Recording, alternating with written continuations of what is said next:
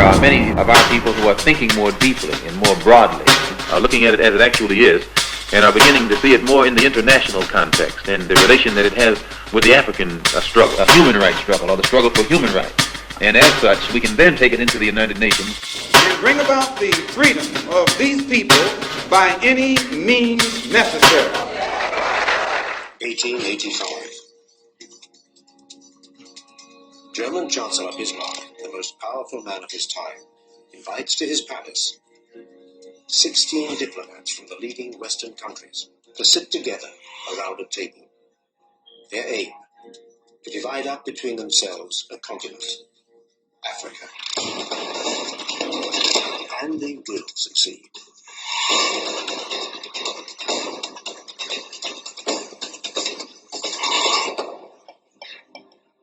On the wall hangs a newly drawn 5-meter-high map of Africa, a huge table, and of course, no black people present.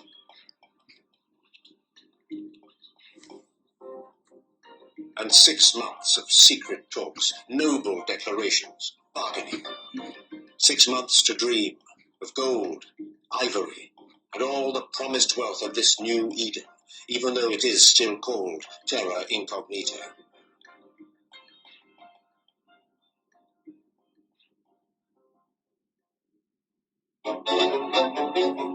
Western countries are engaged in a race for more territories. Actors will interpret the main characters of this untold story.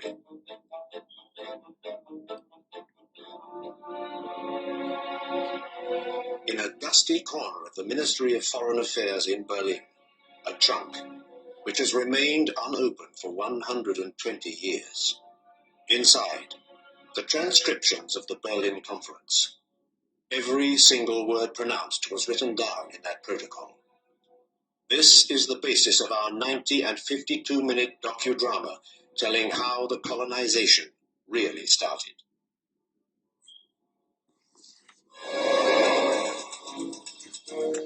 Delving into these archives, worldwide specialists, each in his field, shed light on an unbelievable strategic chess game.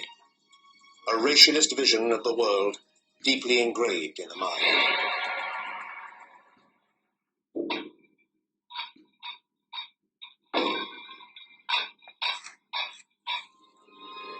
Berlin, 1885. They draw lines on the maps. These lines are still the borders of Africa today. Berlin, 1885. The scramble for Africa. It is possible to make the argument that Thomas Jefferson is the first person to truly articulate a theory of race in the United States. And in effect, he has to do so. He has said in the Declaration of Independence that we are all created equal. Well, if in fact we're all created equal, and if in fact we're entitled to our liberty, then how can he possibly own 175 slaves and going up to about 225 slaves at the peak of his slaveholding?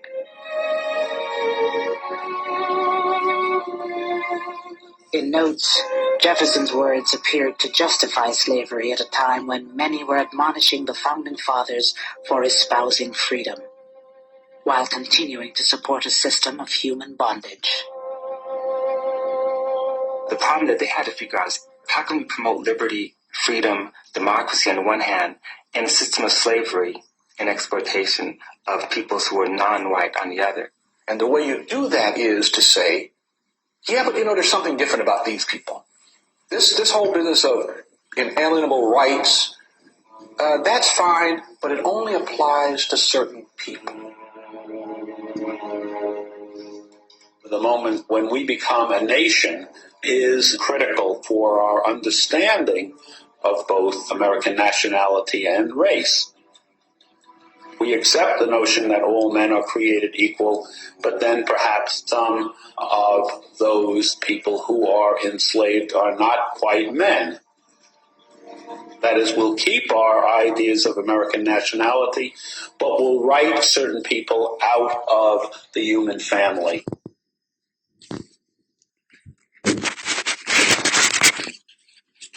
Okay, folks. I'm Frank Moba from the WCC. We charge colonialism.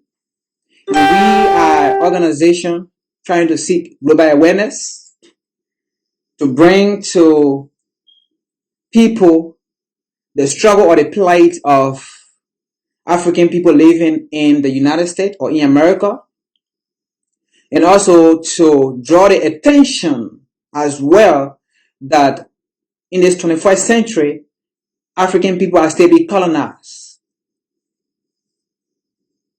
And in some of our presentation, we will try as much our best to try to make folks to understand. But because of time, we don't want to make the video too long. We may not be going into detail. So you read the, or let's say you listened to the Thomas Jefferson Declaration of Independence is June 4th, 1776. And also you listened to the Berlin Conference of 1884. And the reason why I actually brought the Berlin Conference of 1884 is like there's a comparison that is that is consistent with how things have been unfolding from that time, from slavery up to this time that we see ourselves in today. In our Berlin Conference, one of the things that was mentioned as well, okay, you listen to the conference, it said there was no black, it was all European. And one of the things that was mentioned in our conference that wasn't mentioned in the video was the descendant of the slaveholder or of the colonizer should also make sure or will make sure that where they will stop, their descendant will start from there. And they will make sure that Africa and her children will never rise. They will make sure that Africa and her children will never get the same potential. Africa and her children will never get the same rights as European or Westerners and their descendants. So referencing that, it also came in from the Declaration of Independence that Thomas Jefferson wrote. A slaveholder, a raper, or a rapist who owned almost 200 slaves. So the time he wrote this Declaration of Independence was June 4th, 1776. And slavery was abolished 1865. So when you do the math, if I'm right, it's 89 years from 1776 to 1865. I believe it's 89 years. If I'm right, if I'm not right, please do the math for me, but I want you to just get the point. 89 years, African people were still slaves. So when they wrote the Declaration of Independence, they knew somehow that slavery was somehow going to end. Sometime or anytime slavery will end. But when slavery ends, what will become of our descendants if we are not alive? Because we want to make sure they continue the legacy of ours. And that's what they did. So when Thomas Jefferson wrote the Declaration of Independence, he put a lot of clauses in there that will protect their descendants, that will protect the imperialists, that will protect the colonists or the colonizer, or the slaveholder, or the descendant of the slave master or the slaveholder, that will protect them. And what he put in our Declaration of Independence, he mentioned something like the inalienable rights. And the inalienable right, what it means is a right that can never be denied. And that right doesn't apply to African people in the United States. Because at that time when they wrote the Declaration of Independence, we were still slaves in their hands. So it doesn't apply to us, it applied to them. So when they wrote it, they knew somehow African people are going to get freedom. But if they get freedom, are they still going to get the same right as our children, as our generation that will come? No. So we must make sure and put clauses in here. And we will educate them that it doesn't apply to black people or African people. Because when the Declaration of Independence was being written, or was written, they were still slaves. And we're going to make sure they apply that. Because it is said, or it was said in the Berlin Conference that Africa and her children will never get the same full rights as those people that was in that meeting, the 1884 Berlin Conference. That is why I play it, because I want you to see the distinction or the connection to the Declaration of Independence. So I believe when you read the British one, you will see something that will link to the 1884 Berlin Conference. When you read the French one, you will also see something leading to the Berlin Conference.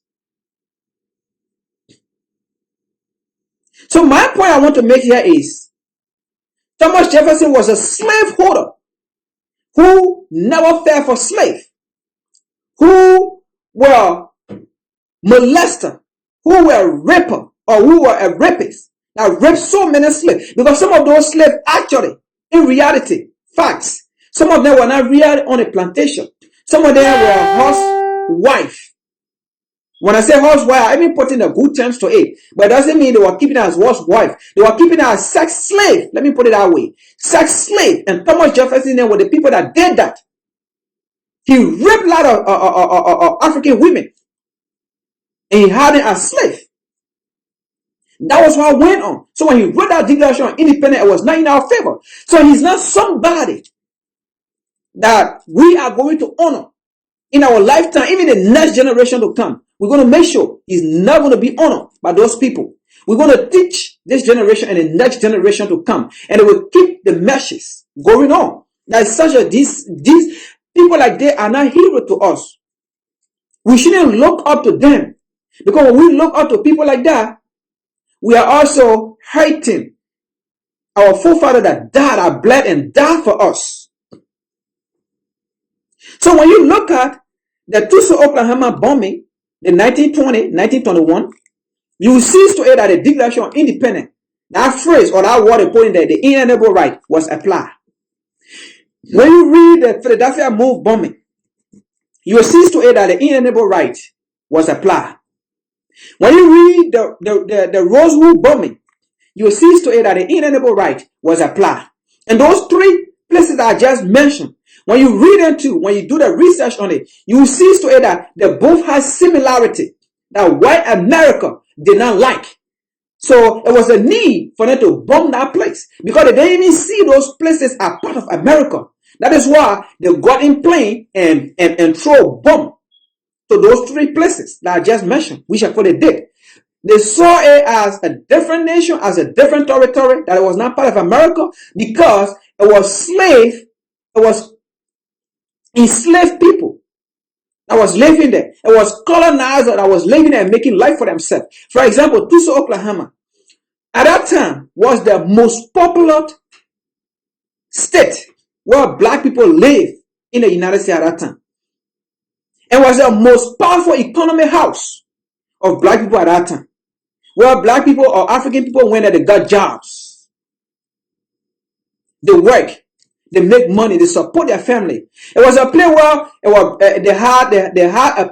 a place that was bringing families together, that was bringing youth together. That the other people, that non-black saw it as a threat to them. And I believe those are some of the things that J. Hoover saw and said black unity or black Negro as well was a threat to the United States. He did not say terrorism. So if your unity is a threat to somebody, those are the kind of people who don't want to keep running to or asking them. Because your unity is a threat to them. Our unity is a threat to them. So they will never listen to it. And that is why they went and bombed Tulsa, Oklahoma. Because at that time, imagine, they have about 6 black families who own their own plane. I'm not saying, when you do the research, 6 black families who have their own plane. And I'm not saying they have share, no. Because they have a couple of millionaires, black millionaires. Imagine you just come from slavery. Or you have just got some son of freedom. So they saw it that if we don't destroy this economic whole of these people, they will end up ruling us. And they might do to us what we did to them. That's the fear That's the fear they're talking about. Negro unity is a threat. They're thinking that when black people control their economy, when black people have strong economic hold, they will do to us what we did to them. And that is not our core. That is not our doing. So don't be afraid. We are not people who full of jealousy or envious. We are not people who go and start dropping bomb on people, killing people. Like you people did to Tulsa, Oklahoma. The move bombing. The Roseville bombing. We are not going to do that. Because we are human. We know what it means to be human. Not an insult, but we got to say some of these things. So that some people in their head can know that we are humans. We just want to live as a human. So folks, join this organization, WCC.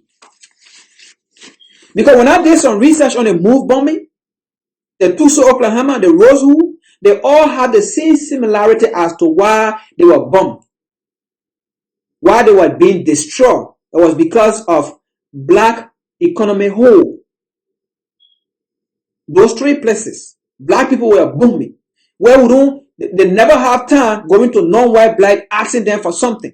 They were moving on. Jealousy kicking, envious kicking. And some of the things that was said at that time, it still applied today when you do the research. They still call, at that time they call black people Little Africa. They did not even refer to them as African, as American. They call those towns Little Africa. And they call them Negro town. They call them Negro. At that time, it's in the research. Look how they do it. You will see it. When did African got the received the name African American? Was in the 80s when Jesse Jackson was trying to run for president. That's the time he brought the term Afro-American, African American. But before the 80s, black people were still being called nigger, African, Negro. They never look out as American. They never look out as African American. They look out as African. They look out as Negro. They look out as nigger. And I mean African American when it came in, when Jesse Jackson brought it in, the only reason it was accepted, and I can tell you, it was because it did not still give an identity, a full identity as American. That was the only reason it was accepted, and up to today. Facts. So folks, we need to wake up. So these are some of the things we're trying to bring to the world attention of how black people are still being colonized, because the inalienable right they talk about in our Declaration of Independence is still being applied. The inalienable right was applied in Tulsa, Oklahoma. The inalienable right was applied to the Philadelphia move bombing, because when the Philadelphia move bombing issue came out, when the situation came out, at that time the city mayor, he was called Mayor Goody, G-O-D-E. And they moved toward the city mayor that we want to have a conference meeting, a conference hall, or a town hall meeting. We just want to be relocated. We can leave the city and go in the suburb.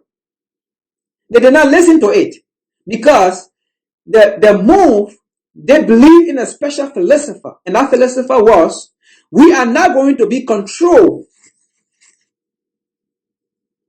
by law that go against us, by law that make us less human, by law that make us look inferior.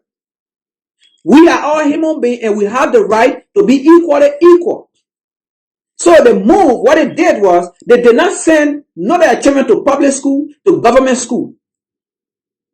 They school their own children. They have their own educational system. So the belief from non-black was that these people don't have the inalienable right that Thomas Jefferson mentioned in the Declaration of Independence. So if we allow them to do this, which means we are giving them the right. So there was a need to bomb them, to lie and say they was fearful. And we still see it here. A black man can be walking the street and non-black people passing and say, oh, I was fearful for my life. A black man don't even have gun, But police will say he stayed fearful for his life, and that was why he shot this individual. Somebody running their hand in the air, they are back-facing you, and you say you stay fearful for your life, and you shot them. And the inalienable right apply over. They know these rights protect them, so they do whatever they want to do. That is why when you speak as a celebrity, you lose your job. That is why when LeBron James spoke, they told him shut up and dribble and shoot. Because you do not have the economic power. We gave you the power to become a basketballer. We pay you. So shut up. We control the economy. And that was some of the reason why they bombed the bomb Tulsa, Oklahoma. Because black people they were controlling their own economy. Money was staying in their own economy, in their own community, circulating there for months, for days, for weeks before it go out. They had their own banking system. So there was a need to destroy it. And nothing happened to those that destroyed. And in fact, black people were arrested and put into jail. And some of them were never free. That's the inalienable right we're talking about that is given to non-blacks. If you speak, do not speak about the injustices. The inalienable right will protect the non-black. And that's how Fred Hampton went to jail. A lot of people, they did not get free. So we know the story and we'll continue to research. And we will continue to question the United States government. And we will go to them. Number 14, number guns, that is not in our plan. But we will go to them with our pens and paper. We will go to the United States government with our pens and paper to question them. And after that, if not, we will go to the United Nations with our pens and paper and question them and take them to justice, so that the continual colonization of black people will stop. And we'll tell them we are in no position to do to you what you did to us, or what you did to our forefather, and that your descendants are still doing to us. We don't have time for that. You gotta compete on a playing level, equal, and then we'll see. So, folks, that's it. Join the organization. We charge colonialism. Sign a petition. Do any help that you can do. If you can donate. If you can speak, come and speak. If you're good in research, join us. Do research. Send it to us. We will read. And we will analyze it and put things together. There's nothing you can't do. You can do something. If you're a planner, you can still come and do planning for us. So we're looking for all these expertise to join us. Thanks.